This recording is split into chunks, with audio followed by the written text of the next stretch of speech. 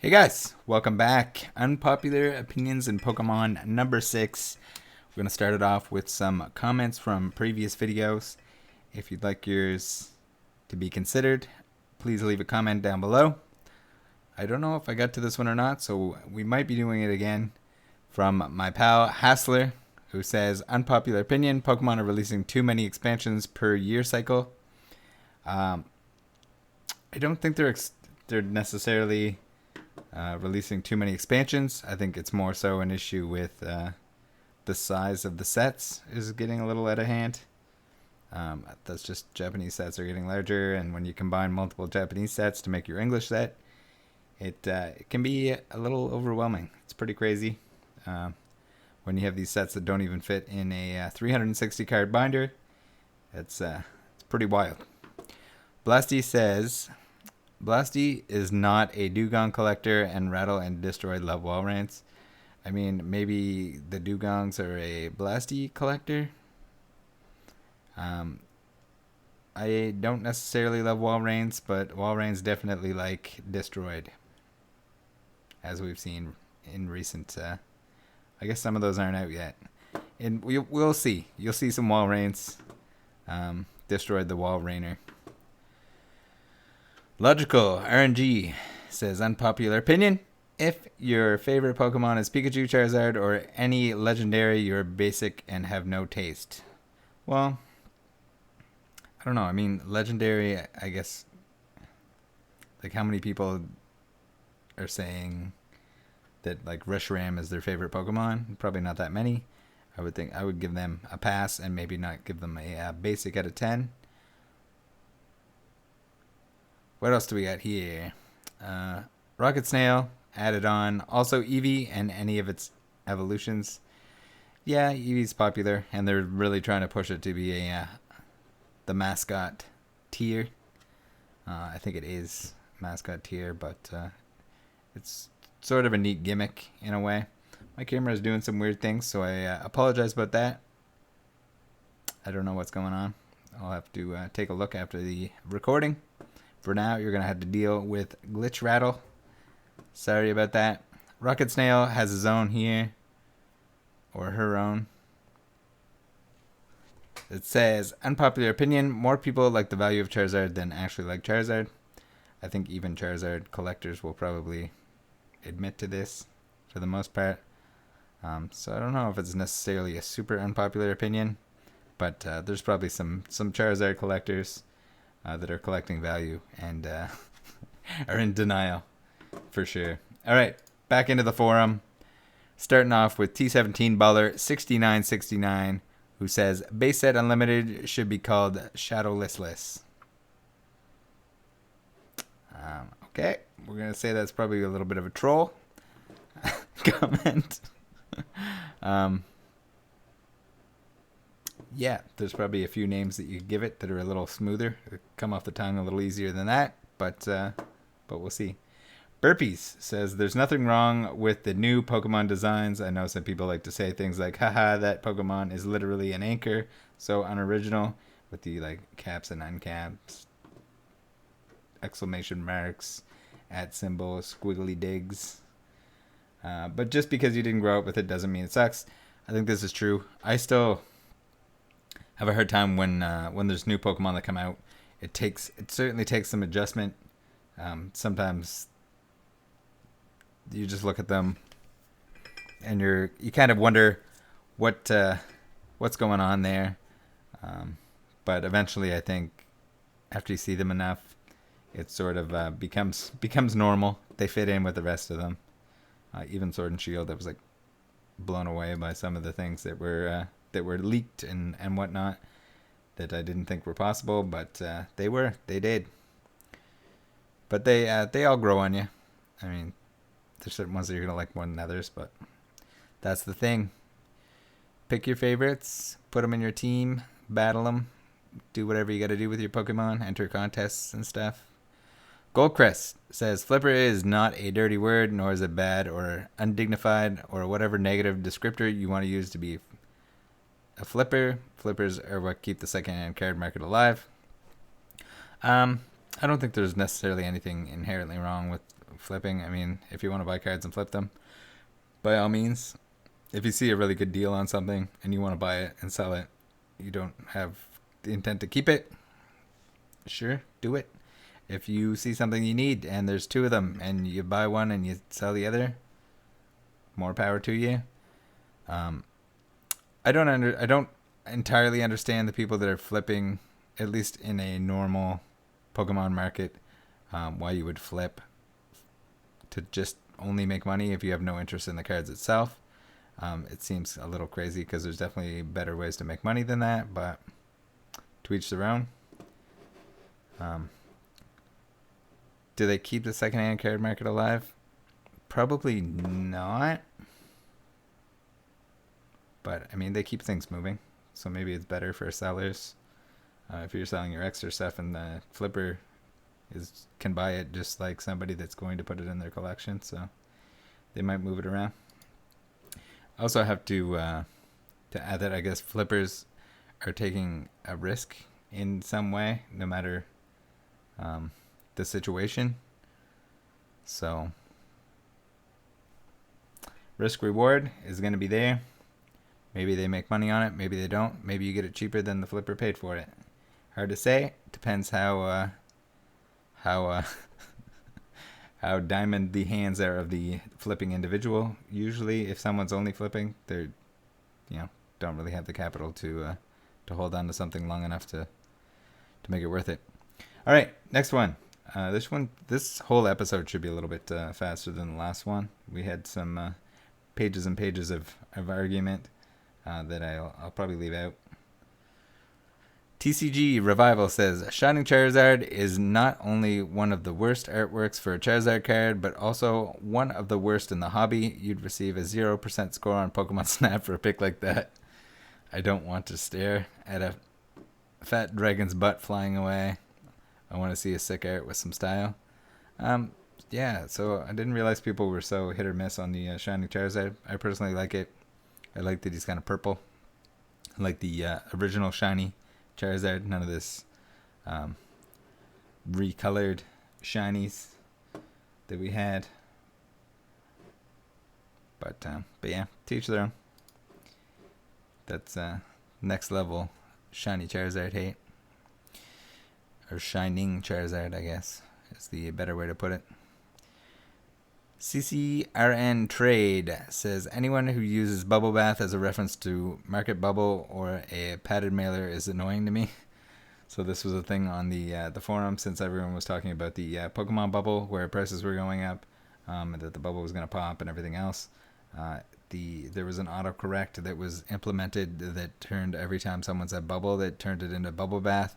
But I guess he's referring to someone that that was continuing to use Bubble Bath after it was no longer a thing. So funny, I guess, that it got to somebody. T17 Baller 6969 is all over the place on this thread and says thick stamp should be called thin stamp and vice versa. No Jokemon. Yeah, so you could probably blame Gary for that. There's always been and probably will always be confusion on whether the thick stamp or the thin stamp is referring to the area inside the stamp or the ink part itself.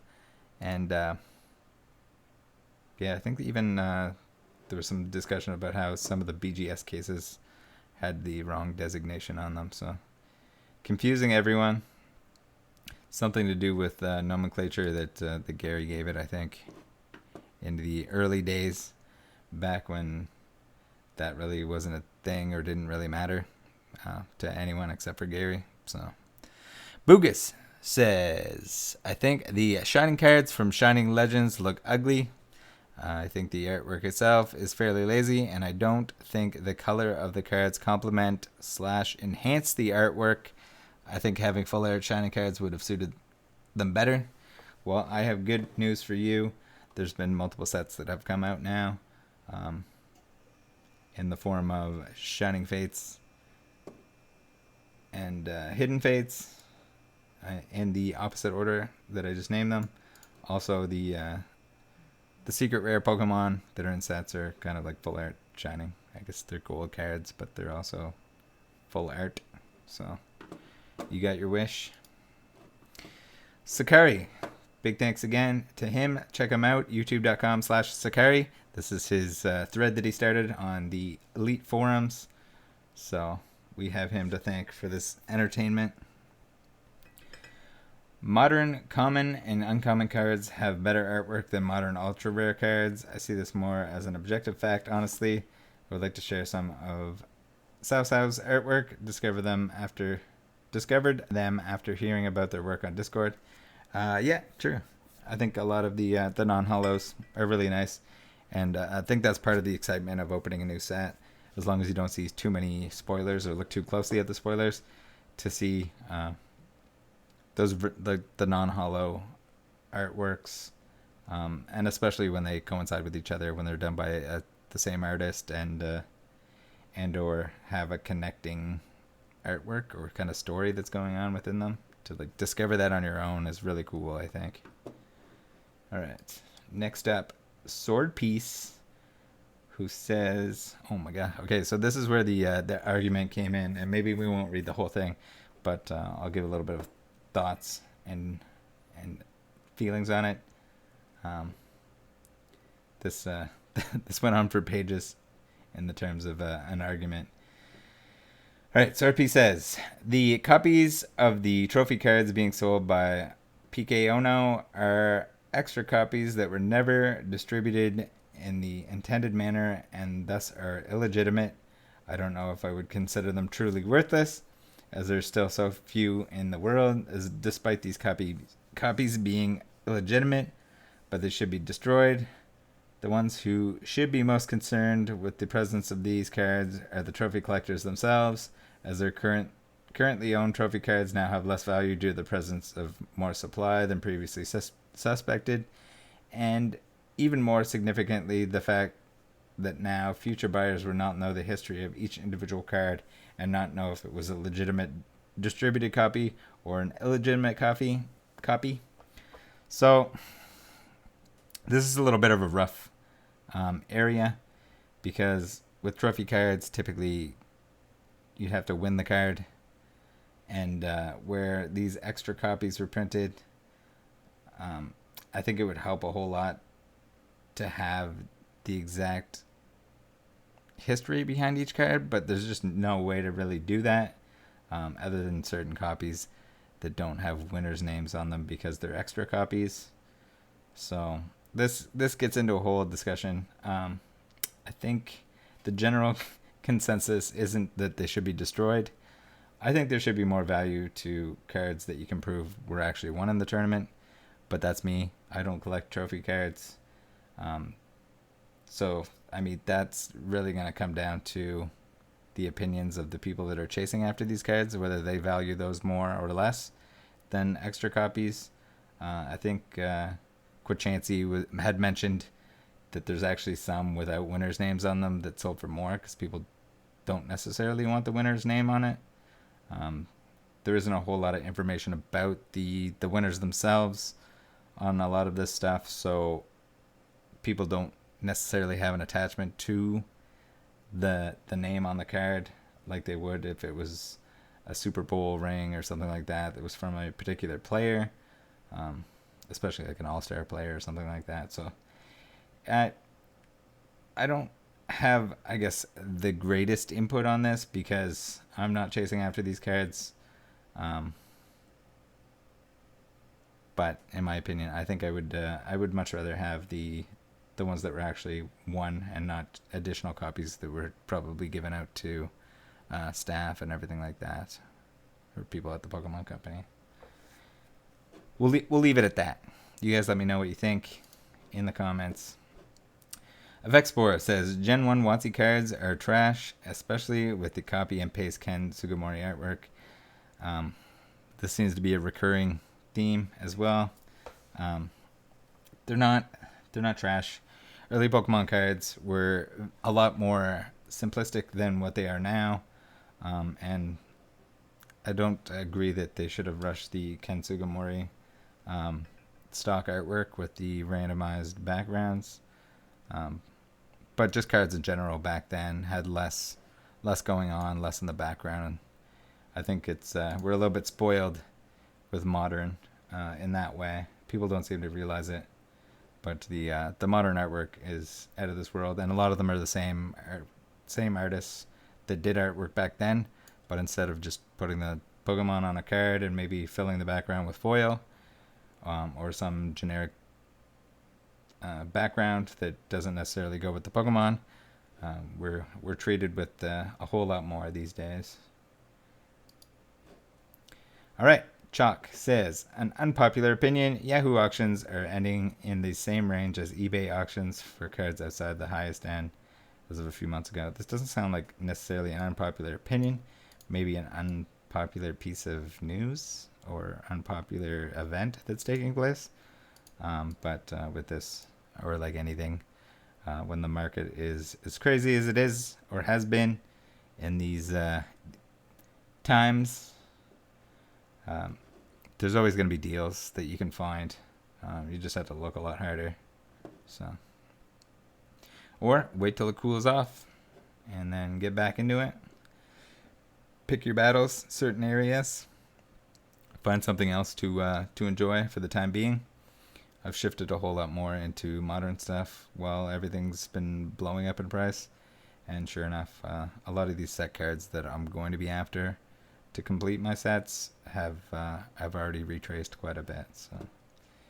So you got to be patient sometimes, but there's no way to completely 100% predict the future, to predict when the price is going to be the lowest or highest.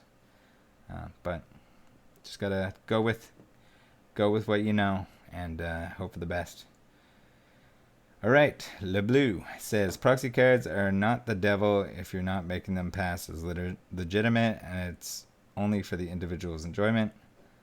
I mean, proxy cards are such a stretch. Like, proxy almost implies that you're going to use it for play. So maybe the cards haven't come out yet and you're going to play test. That I understand. Proxy cards that are proxy cards of cards that you're never going to play in a deck aren't proxy cards. Those are just fake cards. And he or she says, I have a binder in my closet that's filled with unattainable set, at least for me, that I purchased on eBay through the years simply because I'm a huge fan of the artworks and how unique they are. I've always been a massive fan of Sugimori, Arita, and Nishida and other art style. Most of my budget on Pokemon goes towards signatures for the same reason. Okay, so apparently the binders have a full snap set, the number 1, 2, and 3 of different tournaments, illustrator, etc. So what? I don't understand how looking at a fake card is a good option.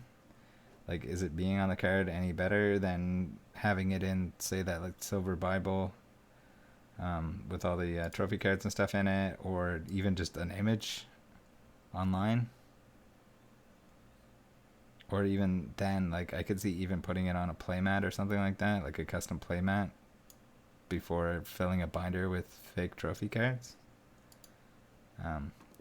So he says, I don't display them, I don't resell them, and honestly, if certain ones have a holo that matches the real thing, it takes 2 seconds to know it's fake just by how thin, thick the card is or how glossy they are.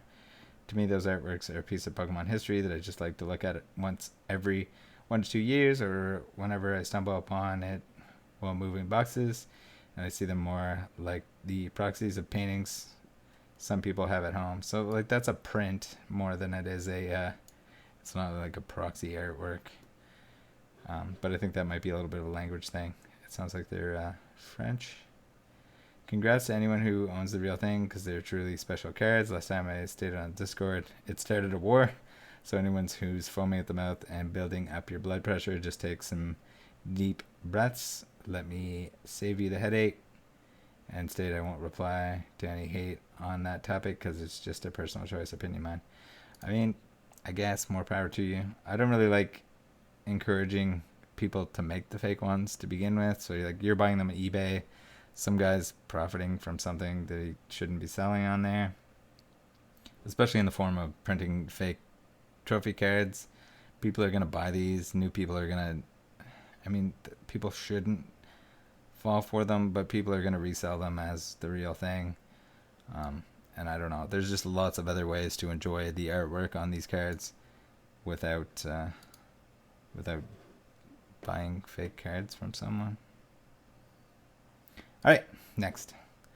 Put it on your desktop or something. Like take the image of the card and have it as your wallpaper or something like that. If you really want to look at in card form, I guess. Krill says, not sure why anyone would hate proxy trophy cards if they're clearly passed off as proxy cards. Again, proxy is kind of a deceiving term because you're not playing with them or anything. Like, what's the point of a proxy if it's not a playable card or anything like that? At that point, it's just counterfeit card, trying to imitate the real thing. Although that Raichu listing having a bid starting price of $50 seems like a shill. Proxy is a proxy regardless if it's a $100 card or a $100,000 trophy card. So it seems like the seller is trying to insinuate some inherent value in the proxy card when there's none. But if there is a proxy card on eBay for $5 or $10 that say proxy Raichu pre-release proxy, I'm not really sure what the issue is. I think it'd be a good idea to include some small detail to clearly distinguish the proxy from the real card during the making of the card to avoid someone down the line trying to pawn it off as legit. I don't know. Like, you're going to get, and then someone's going to buy one that doesn't have the little proxy mark on it. I don't know. Just doesn't need to exist. Like, and if you're going to spend like $50 or something, there's lots of great Pokemon cards that you can buy, and even multiple that you can buy for $50 that are real cards. Not everyone has to own the trophy cards. You don't need to have a binder full of fake trophy cards in your closet. Just, I don't know. I don't get it. All right. We have Rainbow Neo Sking. Neo Sking says, very unpopular opinion. The Pokemon theme song from the first movie that plays at the beginning against the pirate guy by Billy Crawford is better than the original. I feel like I just summoned Jason Page by saying that. Delta Zero. This has likely been said before, but booster boxes and packs are meant to be opened. The exception are Black Triangle Air packs. So I don't know if too many people would disagree with this. I think they might disagree on the time frame for which they should be opened. Because, I mean, eventually it's all going to be opened, right? Probably. All right. D. Bruce says, graded booster packs are completely stupid. I kind of agree. Although, I don't know, graded cards are just as stupid, in my opinion. The layout of modern common, uncommon cards needs a serious redesign. That would be kind of cool. I'd like to see them do something really different like they did in the E-Series era. Maybe not exactly that, but just like the layout of everything that's not ultra rare would be cool. So I'll switch it up a little bit. They make some really minor tweaks these days, but something big to really shake it up would be cool to see. Sealed graded cards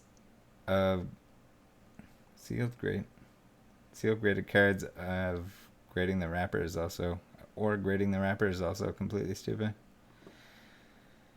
I'm not sure what that's trying to say. I guess, yeah, grading the wrapper or graded sealed cards. Maybe like the promos or something. I didn't even know you could get those graded without taking them out of the seal, but maybe you can. Today I learned.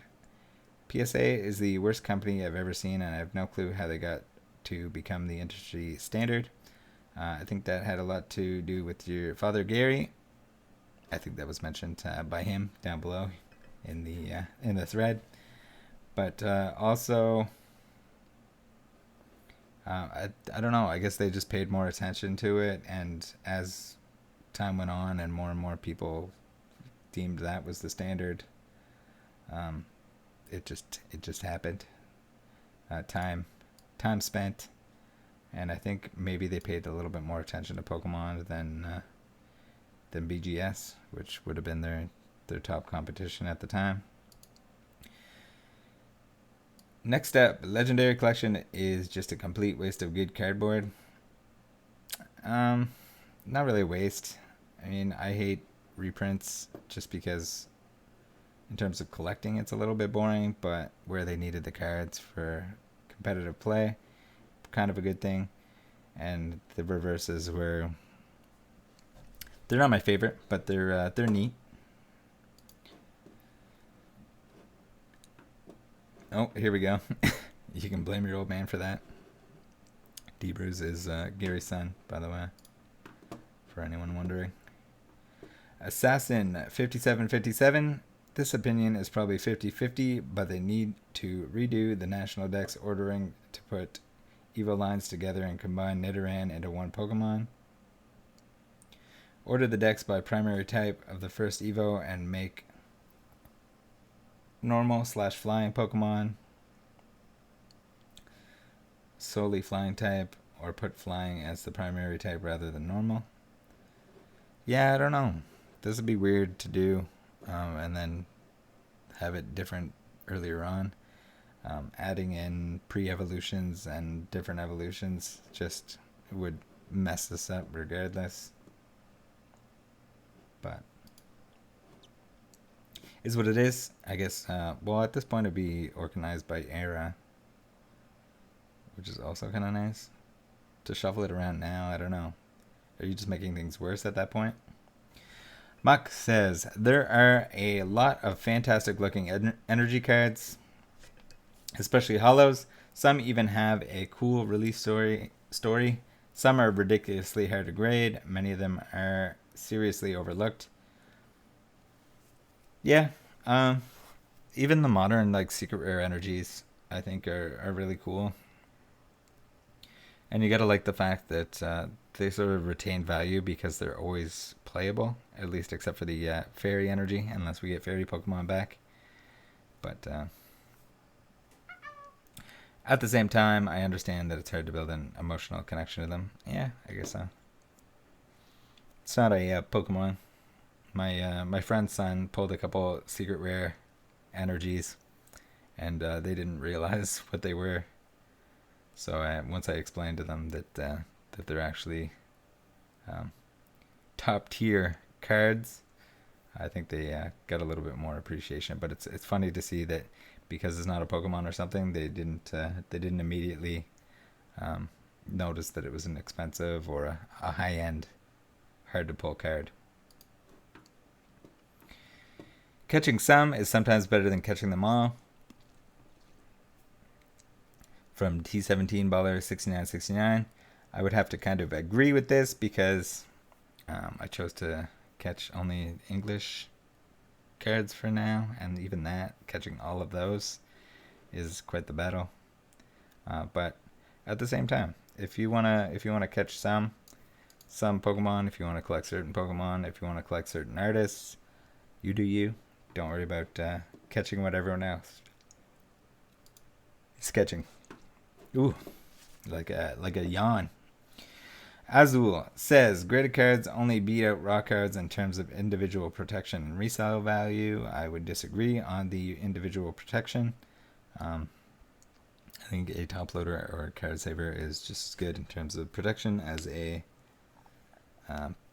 graded card case from any company that you want to name. Doesn't protect it from sunlight or moisture. Resale value, yes. I think that's the primary reason that people grade is for value and that condition guarantee, or whatever you want to call it, that they're providing. Third party opinion on how not damaged the card is. Shivi Boy says, not the biggest fan of the graded slab designs. Yeah, I think there's probably a long way that they could come. But I mean, there's only so much you could do other than the label. Seeing a lot of that now with everyone and their dog creating a grading company and offering different colors and junk. Millennium Nostalgia says Pokemon should sanction vintage TCG tournaments. This would be a little bit difficult, at least in terms of keeping it affordable. And I think there's some people that gave an example that Magic was doing it, but I think the vintage Magic decks that go all the way back are a little bit more expensive than anything that Pokemon would kind of put together. Even with Modern, they print trainers and promo versions of really playable cards like Tapu Lele and whatnot, in an attempt to keep the game affordable. So I think even expanded can get a little bit pricey. Modern, for the most part, is very inexpensive unless you're building every deck. All right, Assassin 57, last one of the video. Opening packs is not fun. Even as a 90s teenager, I preferred just buying the cards I wanted from the LGS. I've gotten some good pulls, like a Fossil Articuno, but I get the same rush buying the card without the gambling aspect. Yeah, if you don't like opening packs, I would definitely not recommend opening packs, because it's not a good way to make a profit. And if you're after certain cards, then you're better off just actually buying those individual cards. Even if you were going after the full set, you're probably better off just buying the singles for the full set. So if you don't enjoy it, don't do it. Do not recommend. I think it's fun.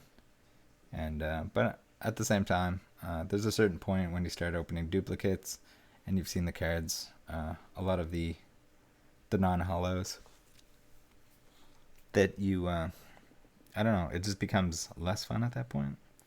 And that's when I typically, after a couple boxes on the Modern stuff, switch into buying singles or trading for singles to fill out your set, rather than keep opening and getting 6,000 copies of the same card. But you do you. Find out what works. Try it out. But yeah, if you don't like opening, don't open. All right, guys, thanks for tuning in. Again, if you have any to add to the next video or a future video, please leave them in the comments, and I'll see you next time.